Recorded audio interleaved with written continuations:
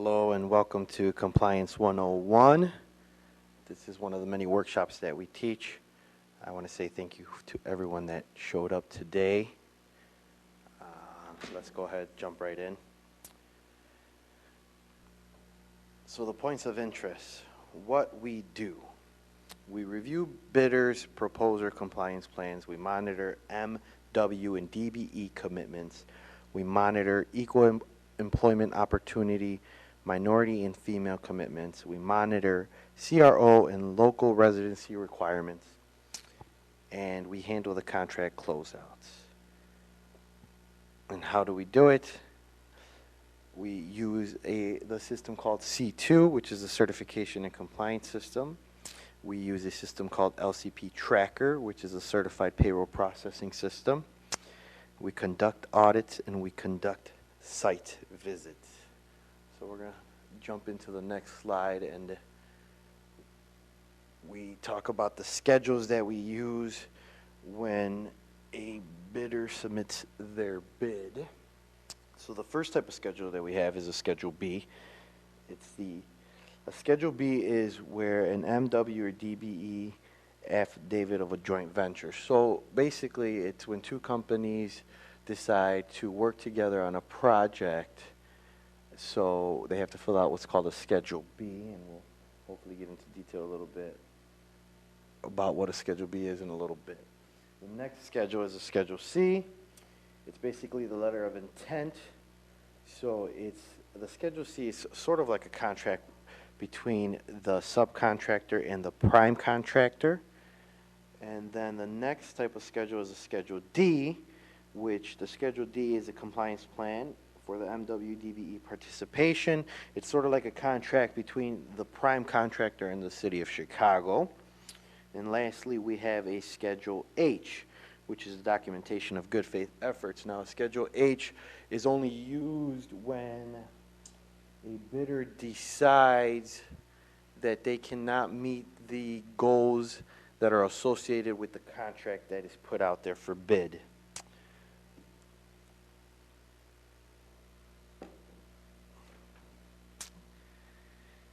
Pre-award, before a contract is awarded, we review the bids submitted by the bidders, and we determine whether the bid that they submitted or the compliance plan that they submitted for the bid is in compliance with what we are looking for.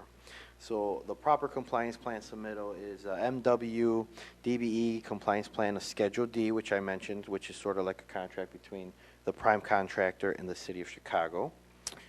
The documentation of good faith efforts, if needed, which is the Schedule H, which I mentioned.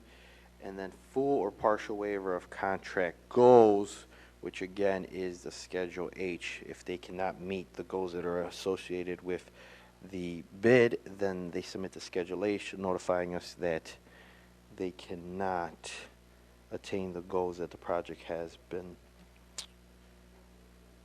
assigned. The next thing that we'll be going over is the actual review of the plan that was submitted for the bid. So with compliance reviews, so compliance plan review of supportive documentation. So as I mentioned earlier, Schedule C's. So a Schedule C again is a contract between a subcontractor performing on the project and the prime contractor. So on the Schedule C, it's basically a form where you fill out the company's name, the spec number that's associated with the contract, the work that is planned on being done by the subcontractor, the dollar amount that they plan on working for, and that dollar amount should match what's on the Schedule D, and dates of when the Schedule C was signed. A little later in the slides, we'll actually look at a Schedule C so you can see what it looks like and what needs to be filled out. Something that should always be submitted as well is called a certification letter. A certification letter basically identifies a company and how long you're certified with the city of Chicago for, or with Cook County, or if it's a DBE project with IDOT. So the certification lists the company, what year your certification expires. It lists what your company is certified in. Perfect example would be if I am a trucking firm and I can be certified to do hauling and dumping.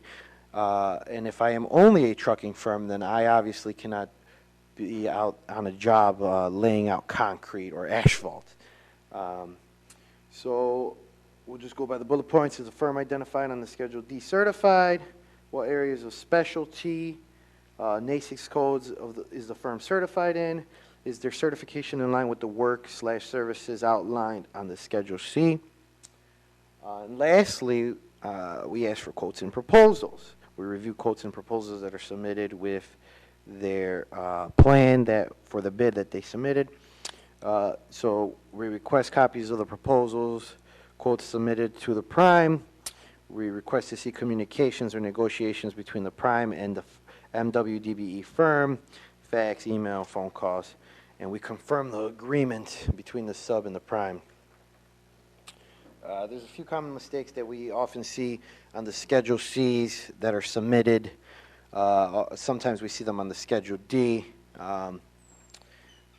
So some common mistakes that we see are incomplete or brief descriptions of work. On the Schedule C, we actually see quite often people put 1 or 2 word descriptions of what they plan on doing on the job, and that's actually not allowed. When you read the small paragraph that's on the Schedule C, and I'm going to jump forward and I'm going to jump back and forth between the next 2 slides, just so we can kind of see what I'm talking about. So here's the Schedule C. As I mentioned, incomplete or brief descriptions of work. If we look, and hopefully online you guys have a clear view of what I'm talking about. At the very top, we have the project name. So you're to list out the project that you're going to be wanting to bid on. Each project has a specification number associated with it. So to the right of the project name, you're going to put the specification number. The from would be the M or WBE firm that is going to be utilized on the project, right? So that's the subcontractors. The certified subs would be from the from. The to would be the prime contractor. And the next couple lines is where you're supposed to put a description of what type of work you're going to be doing on the job. A lot of the times, a perfect example for this, and I'm going to use trucking firms quite often, we'll see them put hauling or they'll put dumping. What we want to see is what exactly they'll be hauling and dumping, and maybe the quantities or the dollar amount, or how many trips they plan on making, or how many trucks they plan on utilizing. I mean, we want a good description of what type of work is going to be done. We go down a little bit further, we see the pay item or description. A lot of most of the time when you bid on a contract, we see what's called line items, and with these line items, it's we break down each project by what type of work exactly is going to be getting done. So a lot of the times, you'll see a line item for excavation, right? And as I mentioned, when we excavate, obviously we have to get dirt out of the ground or break concrete up or do some type of excavating, right? So the pay item line, if it was a trucking firm, they're going to be hauling away that dirt or that concrete that they break up. So on the pay item line, if excavation is line item number 5, on the pay item number/description, they would put line item number 5, excavation. And here under quantity and unit prices, where we would want the trucking firm to list the dollar amount they're going to be charging per ton or per load, or how many trips they're going to be making, and then obviously we want you guys to write a total, right? So then we have right below the subtotal, and then where you see total at 100%. So, and I'm going to jump back just real quick, and I'll get into the mentor-protege question, and I'll get into the subcontracting levels. But the 60% that I mentioned on the Schedule C is for suppliers. So if the work's going to be done at 100%, we obviously want you to put the total dollar amount. But you have to keep in mind that if you're a supplying firm, your work is going to be done at 60%. So a lot of the times what we see is people forget that suppliers only get credit for 60% of what they're supplying, and they actually list out 100%, but you're not going to be getting credit for 100%. For suppliers, you only get 60%, so please keep that in mind when you're filling this out. Let's see. We're going to keep going down to Schedule C. We have here the mentor-protege question goes unanswered. So if we go to the back of the Schedule C, which is going to be 2 slides forward, we see that the subcontracting levels is listed right there, and it's highlighted. So this is a portion where people either leave blank or they fill out because they think this is where you're supposed to put how much you're going to actually list the subcontractor that's going to be doing the work for. So the actual dollar amount that the subcontractor is going to be doing is on page 1 of the Schedule C.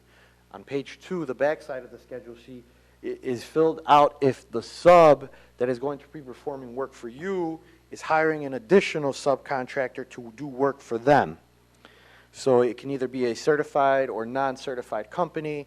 So perfect example would be if the prime contractor hires me to do some type of work, and I'm going to then hire someone else to help me do that type of work, I would fill it out here in the subcontracting level. We're going to keep moving down. As I mentioned earlier, the mentor-protege. A lot of people leave these boxes unchecked. So the mentor-protege is a program that we offer where a prime contractor is going to be showing the sub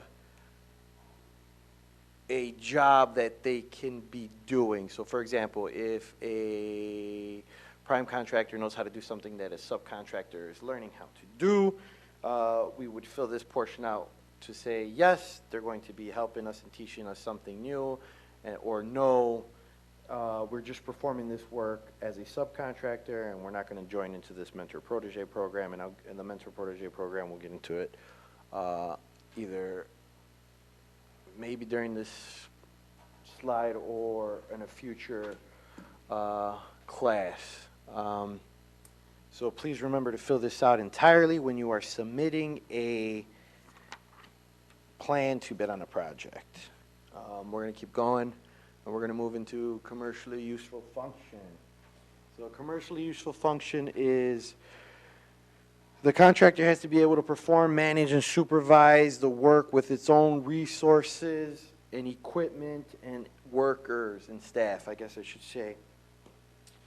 We're going to keep moving on.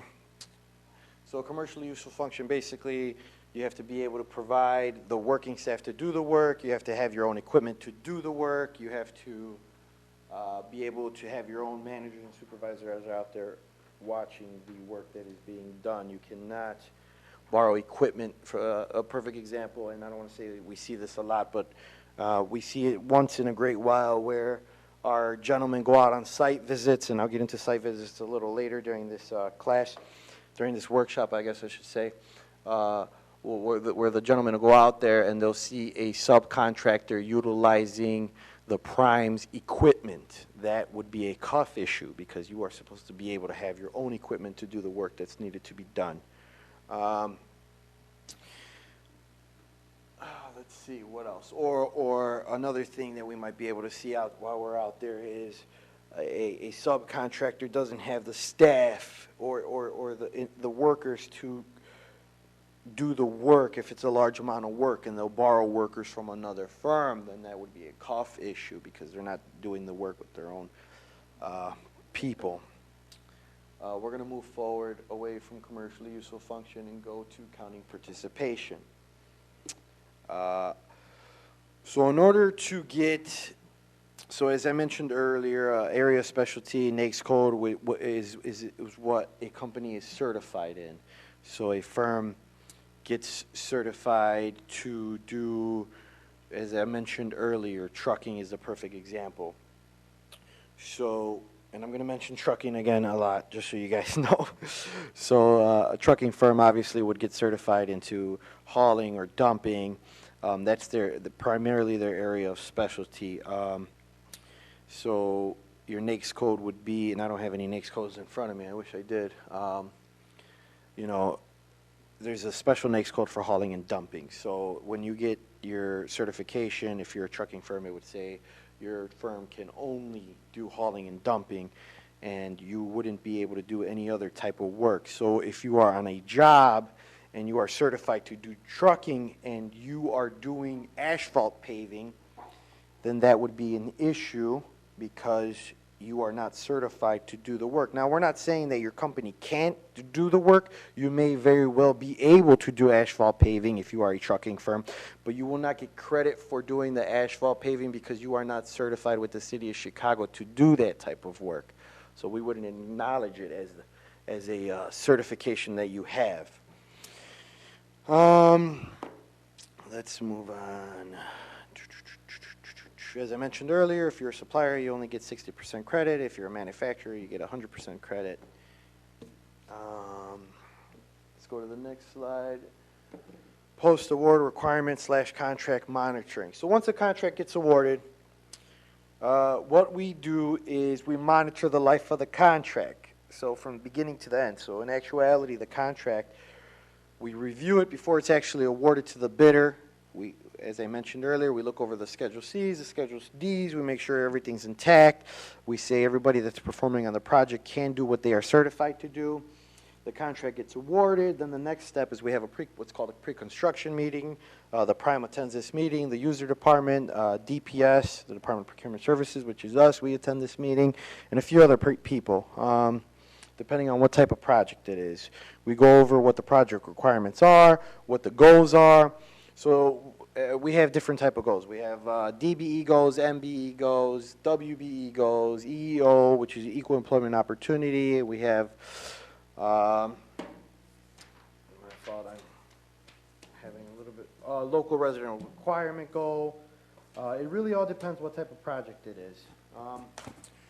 So once the contract gets awarded, it has goals associated with it, right? Whether it's construction or non-construction, every project that the City of Chicago puts out there, we'll almost 100% of the time try to make sure that we have goals attained with that project. So I'm just going to use an example off the top of my head. If it's a construction project, we might say this is a city-funded contract where we are going to have MW goals with it, and most of the time, our construction contracts have EEO, and Equal Employment Opportunity is will we have minority and women working on the job? Will there be laborers, and how many? A good percent of laborers. So the majority of the time, the bidder, when they're bid on a project, they put what they believe is attainable for equal employment opportunity. So they have the option to choose what percent they believe is attainable for, and I'm trying to think off the top of my head, journey worker percentage, labor percentage, apprentice percentage, and these are all minorities. So minority apprentice percentage, minority journey worker percentage, and minority labor percentage. And then as well, they're able to say whether they're going to have minority woman laborers, I mean, not minority, well, there can be minority women laborers, I guess, but it would be woman labor goals, woman journey worker goals, and women apprentice. And then the Chicago Residency Ordinance is another thing that we look over, and so for the first one, the MW-DBE participation percentage is all done through the utilization of the C2 system. So that's where we keep track of payments made to the M&W and DBE firms. And the LCP Tracker system is where we keep track of equal employment opportunity in the Chicago Residency Ordinance. So the Chicago Residency Ordinance is basically where we monitor the project, the employees on the project, where we say 50% of the employees have to live in the city of Chicago. Every single construction project that we put out there has to have a 50% Chicago Residency Ordinance. All the construction contracts now have what's called a local residency. So depending on where the project takes place, we have, so if the project takes place on, let's just say the southeast side, the 10th Ward, where I'm from. If the project takes place in the southeast side, The local residency requirement would require you to hire workers from that area. Now, it doesn't necessarily have to be the 10th ward, but the local requirement would be 7.5, and they would list out areas near there. So the employees, like it would be like 7.5% employees have to come from the surrounding areas, and when the contract is awarded, they list out what areas the project will take place. I think that's all we have for that. The next slide is going to talk about C2 MWDBE payment reporting. So the C2 system basically tracks payments, right? So the city of Chicago in this system keeps track of payments we make to the prime contractor that bid on the project. So the city of Chicago pays the prime contractor. This system keeps track of how much we paid that prime contractor on a monthly basis. And then they, in turn, the prime contractor uses the same system to report to their subcontractors. So the prime in turn reports that they paid this company this much for that month, right? And then on the same system, you have to verify the payments that are made, right? So when we pay the prime, they have to verify whether yes or no they got the payment, and then they pay their sub, and then in turn the sub says, yes, this is the correct amount, no, this is not the correct amount, and then a discrepancy is sent to the compliance officer for that project, letting them know that there's a disagreement between the payment between the prime and the sub. And then we're not going to talk about discrepancies today. We will talk about that in another class, but I don't want to get too much into discrepancies. But C2 is basically where you track payments, and then a trending report. The trending report basically lets us know where the prime contractor is trending, whether he is below the goal or whether he is above the goal that was associated with that contract, right? So if he's trending below goal, it would notify us that the prime contractor is not keeping up with the percentages that there should be at. And then we are going to go to the next slide, which talks about the Certified Payroll Processing System, which is also known as LCP Tracker. So basically, LCP Tracker is where the prime contractor submits its payroll, and all of its subcontractors performing on the project submit their payroll. LCP Tracker, a completely automated web-based system specifically designed for prime contractors and their subcontractors. The certified payroll processing system allows for management of labor, compliance, Davis-Bacon, and prevailing wage processes. It also validates local, state, and federal Davis-Bacon prevailing wage regulations. Payroll data may be entered directly into the system or uploaded from major construction, accounting, and payroll programs. This eliminates the need for paper documents to be submitted. So back in the day, before we had this system, we used to submit all your payroll to us, and we used to have to input it into an Excel spreadsheet and figure out exactly where your goals were. But now with this new system, we are no longer taking paper payrolls because you can upload all your payroll into LCP Tracker. All contract-specific wage rates and worker classifications are online within the system, and contractors select classifications from a menu. Potential errors in wage rates or worker classification entries are flagged to contractors, allowing contractors to correct data prior to submittal. So basically, the website, this is where you enter your payroll. So each company would go in there. So we assign the prime contractor to the contract. The prime contractor then goes and submits everybody who will be performing on the project, and each contractor that is performing on the project has to submit its own payrolls. So a lot of the time what we do is we tell prime contractors, please do not set up your subcontractors in the system till they are going to perform work, till they are ready to perform work. If you do set them up early, then they have to submit that there is no work being done that week. So a perfect example for this would be landscaping companies. Typically, landscaping takes place at the end of a project, right? The last thing you're going to do is lay out the grass or plant the trees, right? We can't do it at the beginning of a construction project because we're just going to knock them right back down.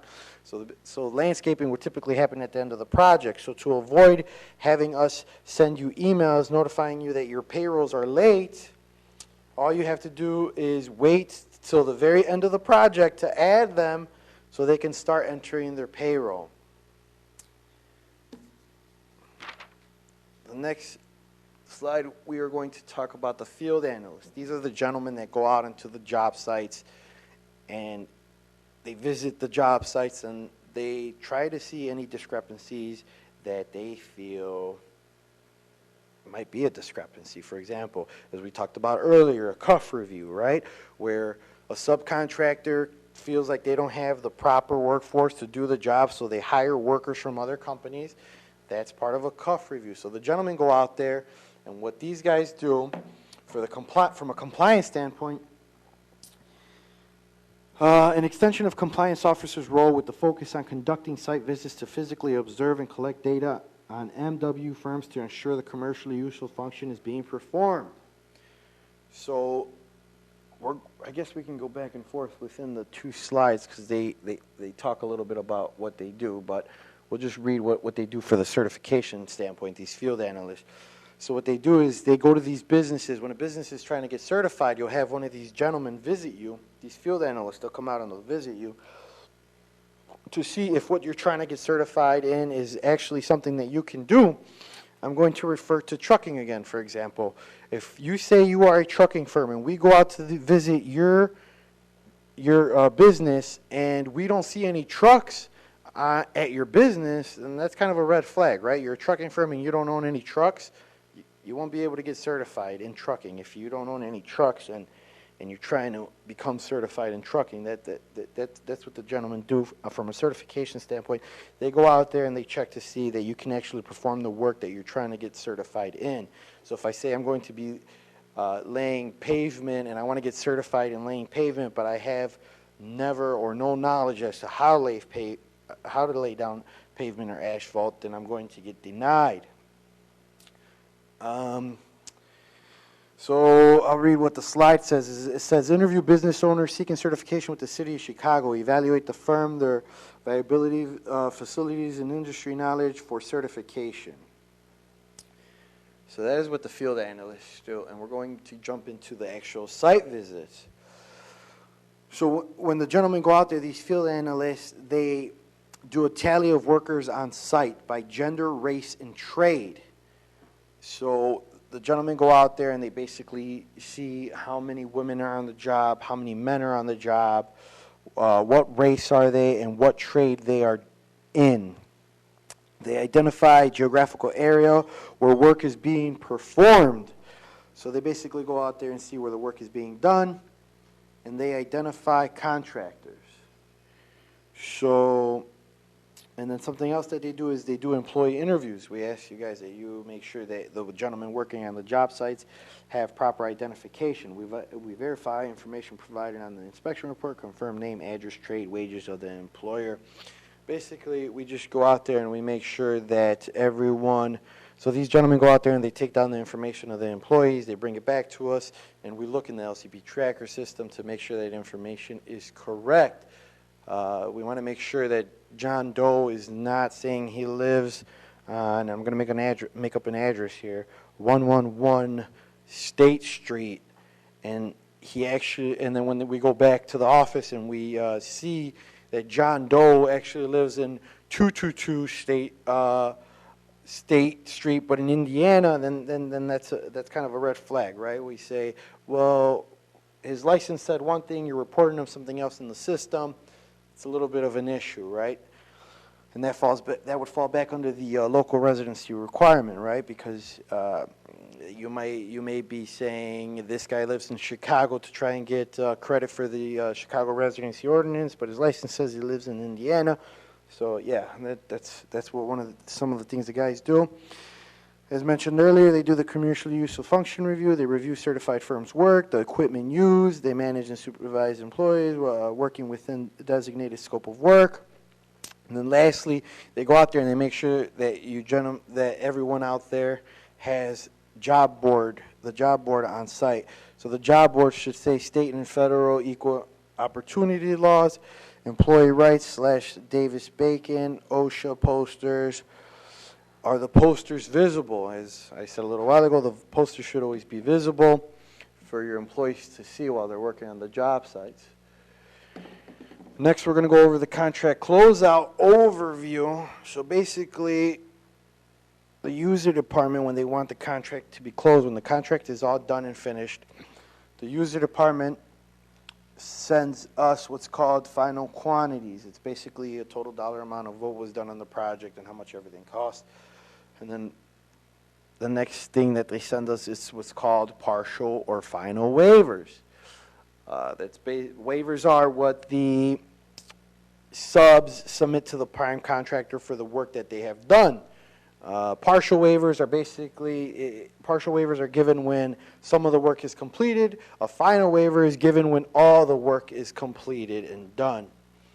The next thing is request justification if subcontractor is not utilized. So on the Schedule D, if you said I'm going to use, and I'm just going to use myself an example, if you said you were going to use me on a project, on a Schedule D, you listed me to work on your project and you didn't end up using me, we need justification as to why I was not utilized on the project. Whether it be I told you I didn't have the time because I was working on other projects, or you basically ended up not wanting to use me because you found someone that gave you a better price than me, then that is something we do not allow. I'm just using it as an example to let you know that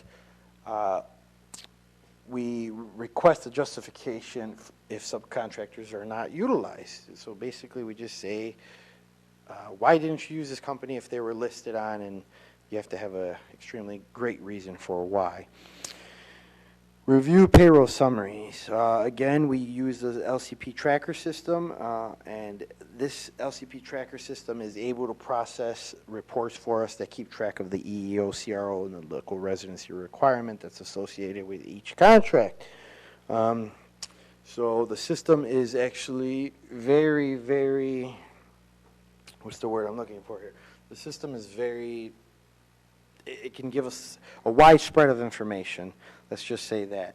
So we pull the reports from there, and this helps us close out the contract. It lets us know exactly where you are, if you attain the goals with each contract, or if you're below goals. We issue what's called a preliminary letter once we determine whether you met your goals or you did not meet your goals.